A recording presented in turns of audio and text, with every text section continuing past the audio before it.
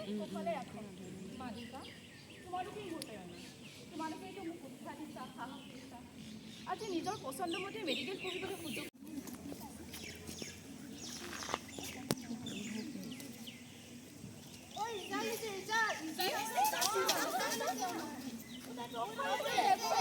তুমি টপ কৰিছা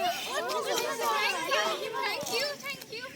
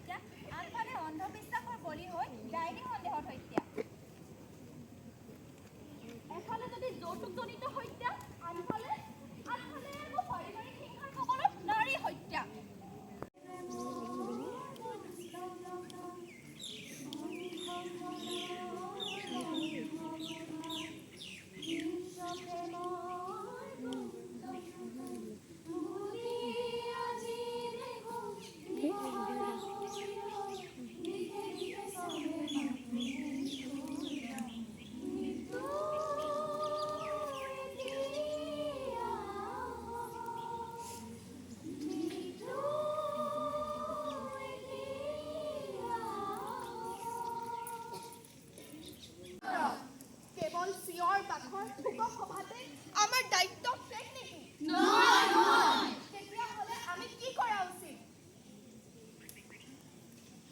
সমাজৰ সৰ্বস্তৰতে আন্তৰিক প্ৰতিবাদ হ'ব লাগিব সমাজৰ সকলো শ্ৰেণীৰ লোকে নাৰী নিৰ্যাতনৰ বিৰুদ্ধে মাত মাতিব লাগিব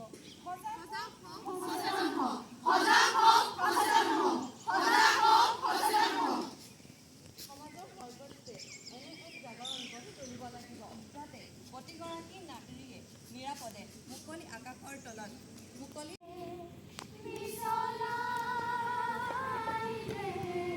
আমি খাতি অসমীয়া অসমী আইৰে আমি ছোৱালী ধুনীয়া অসমী আইৰে আমি ছোৱালী ধুনীয়া ধৰণী ঘূৰাই থকা আৰু অপমান এখন দেশৰ সমাজ তথা জাতিৰ বাবে লজ্জাজনক দেশৰ চৰকাৰ তথা প্ৰশাসনৰ দায়িত্বই হৈছে এখন শক্তিশালী আইন প্ৰণয়ন কৰি তাৰ উপযুক্ত ব্যৱহাৰে এনে অপকৰ্ম বন্ধ কৰা ভাৰতীয় সংবিধানত মৰ্যাদা আৰু সমান অধিকাৰৰ বাবে মানুহৰ জীয়াই থকাৰ অধিকাৰৰ কথা উল্লেখ আছে তেনে এনে অধিকাৰৰ ক্ষেত্ৰত নাৰীসকলক উলংঘা কৰা কিয় হয়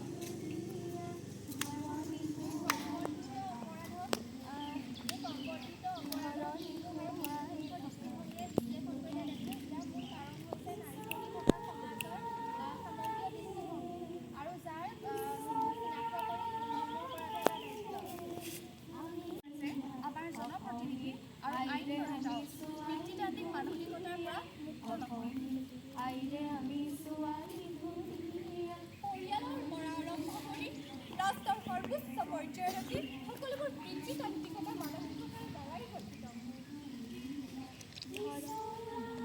লিংগ বৈষম্যৰ বাবে প্ৰাচীন কালৰে পৰা বৰ্তমানলৈকে নাৰীক সামাজিক শাৰীৰিক মানৱিক আৱেগিকভাৱে মন কৰি অহা হৈছে তেন্তে এতিয়া কি কৰাৰ প্ৰয়োজন প্ৰয়োজন এক দীৰ্ঘম্যাদী আৰু আৱেগিক আন্দোলনৰ। প্ৰয়োজন নাৰীৰ সমমৰ্যাদাৰ বাবে সামাজিক আৰু সাংস্কৃতিক চেতনা জাগ্ৰত কৰাৰ।